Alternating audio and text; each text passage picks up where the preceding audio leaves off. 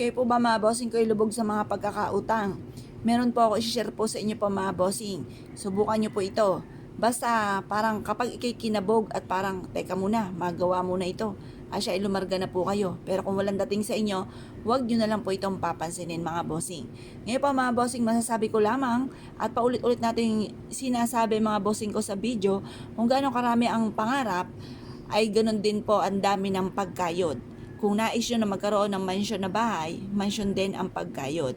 Baka naman po mga bossing, mansyon ang gusto pero ang pagkayod ay gakubo lamang. Or kaya po ay talagang konting kembot lamang ay pagod na. At tapos ay paladaing pa, naku, wag ka nang umasa. Pagkatapos, kay maraming mga pangarap, masipag ka, madiskarte, hindi nakakalimot magdasal at talaga namang ginagawa na lahat para maging matagumpay, sabayan nyo pa ng mga pampaswerte. Para tuloy-tuloy ang pasok ng swerte para mas maging masagana ang pamumuhay. Ito pa mga bossing ko ay bigas. Ang bigas ay sa pulay ginagamit kahit na mga kanununuan pa po natin pagdating sa usapin ng mga pampaswerte. Tuwing bagong taon, ang bigas ay hindi nawawala sa inyong hapagkainan. Kapag ikaw po ay bagong pasok sa loob ng inyong tahanan, kapag may bago kang bahay, may bago kang negosyo, ang bigas ay hindi rin nawawala. Kapag ikinakasal, kailangan ito'y paghahaluin sa bulaklak ng sampagita at ito po mga bossing ko or kaya po bulaklak ng rosas para mas maging masagana ang pamumuhay. Sa Paul, pagdating sa usapin ng kasaganahan ng kaswertehan, ang bigas ay hindi nawawala. Ngayon po mga bossing, gamitin po natin ang bigas na pampaswerte. Marami kayong pwedeng paglagyan ito. Unang-una, pwede kang magsabit ng bigas sa inyo pong pintuan. Dahil sa pintuan ay lagi po tayong naglalabas-masok. Pinakikinabangan natin bawat oras, bawat minuto ang pintuan.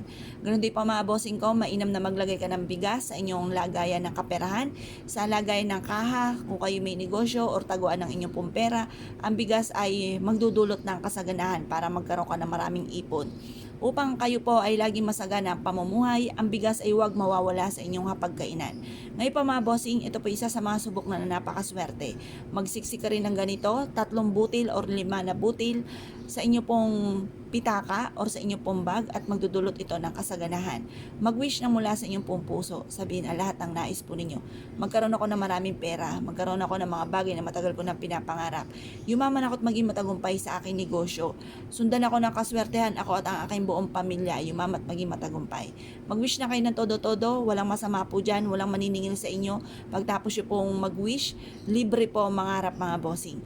Ngayon pa mga bossing, kung ikaw isa sa mga naniwala at nais po itong gawin, mas mainam na gawin nyo po ito sa umaga, ng mga bandang alas 7 sa liwanag ng sinag ng araw sa umaga.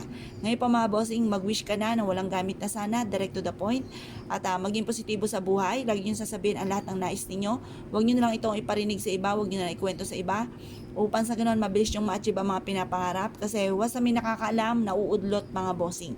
Kaya mas mainam pa na walang nakakaalam ng mga pangarap ninyo at hayaan nyong ma-amaze na lang sila sa mga blessing na dumating sa inyo at magtanong na lang sila kung anong sikreto po ninyo. Or kaya i-share nyo po ang ating pong video upang sa ganon, kung sino man makakapakinig nito ay malalaman po na bawal ipagsabi. Ngayon po mga bossing, kung ikaw ay naniniwala at nais po itong gawin, ay siya mga bossing, good luck po sa inyo po lahat.